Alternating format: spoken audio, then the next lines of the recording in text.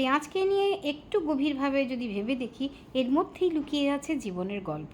পেঁয়াজের প্রতিটি স্তর যেন মানুষের জীবনের মতো, একটির ভেতরে আরেকটি নতুন কাহিনী। কোথাও একটু দুঃখ, কোথাও আবার আশ্চর্যের ছোঁয়া।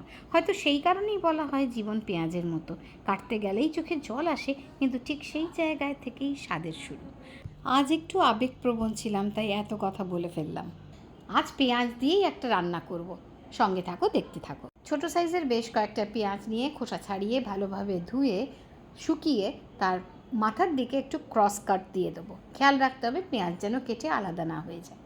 বড় পেঁয়াজ থাকলে 4 পিস করেও করা যায়। পেঁয়াজের গায়ে জল শুকোতে রেখে দিয়েছি, অন্যদিকে তৈরি করে নেবো একটা মশলা। একটা বড় মাপের টমেটো নিয়ে গ্রেট করে নেবো, তাতে দেবো খানিকটা কাশ্মীরি লাল লঙ্কার গুঁড়ো, ধনে গুঁড়ো আর একটু হলুদ গুঁড়ো, সঙ্গে স্বাদ মতো নুন। মশলাকে ভালোভাবে টমেটোর সঙ্গে মেখে রেখে দেবো কিছুক্ষণের জন্য। এবার একটা কড়াইতে খানিকটা সর্ষের তেল গরম করে পেঁয়াজগুলোকে ভাজতে দিয়ে দেবো। পেঁয়াজকে একটু মিডিয়াম হিটে ভাজবো, তাতে পেঁয়াজের বাইরেটাও সুন্দর রং ধরবে আর ভেতর পর্যন্ত সেদ্ধ হয়ে যাবে। ভাজার সময় খুব বেশি নাড়তে হবে না, এতে পাতাগুলো খুলে যেতে পারে। যত সময় পেঁয়াজ ভাজা হচ্ছে, অন্যদিকে আর একটা মশলা তৈরি করে নেবো। একটা বাটিতে নেবো 2 টেবিল চামচ জল ঝরানো দই, আর সঙ্গে দেবো হাফ চা চামচ ছোলার ছাতু। ছোলার ছাতু দিলে দুটো উপকার হয়: দইটা রান্নার সময় দানা দানা হয় না, আর সঙ্গে গ্রেভির টেক্সচারটা খুব সুন্দর আসে। পেঁয়াজের গায়ে বেশ সুন্দর রং ধরেছে, এবার এগুলোকে তেল থেকে বের করে একটা প্লেটে রেখে নেব।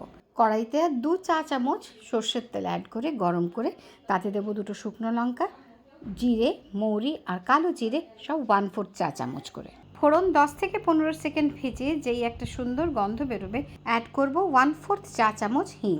সঙ্গে দেবো মশলাযুক্ত ঘষে রাখা টমেটো, আর বেশ খানিকক্ষণ ভাজতে থাকবো যত সময় তেল আলাদা না হয়ে যায়।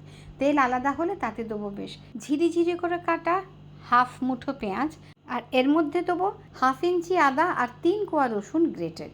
আর ভালোভাবে ভেজে নেবো যত সময় কাঁচা গন্ধ না যায়। এই পর্যায়ে প্রয়োজন মনে হলে একটু জলের ছিটা দেওয়া যেতে পারে, আর তারপর খানিকক্ষণ ঢাকা দিয়ে রান্না করে নেব। মশলা ভালোভাবে কষানো হয়ে গেছে, তেলও আলাদা হতে শুরু হয়েছে। এর মধ্যে দিয়ে দেবো ভেজে রাখা পেঁয়াজগুলো। ভেজে রাখা পেঁয়াজ দিয়ে খুব সাবধানে নাড়াচাড়া করতে হবে, নাহলে পেঁয়াজগুলো সব খুলে যাবে। পেঁয়াজ দিয়ে 3 মিনিট মতন ঢাকা দিয়ে রান্না করব, এতে পেঁয়াজের মধ্যে মশলার স্বাদটা ঢুকে যাবে। এবার এর মধ্যে দেবো দই ছাতু মিক্স। কড়াইতে দই মেশানোর আগে গ্যাসকে অফ করে দেবো। খানিকক্ষণ নাড়াচাড়া করে যখন বেশ ভালোভাবে মিশে যাবে, খুব লো ফ্লেমে এটাকে ফুটতে দেব। এই পর্যায়ে প্রয়োজন হলে একটু জল মেশানো যেতে পারে। নুনটাও এবারে চেখে নেব। ব্যাস, তৈরি হয়ে গেছে রান্না। কুচনো ধনেপাতা ছড়িয়ে ভাত, রুটি, লুচি, পরোটার সঙ্গে সার্ভ করার মজা নাও।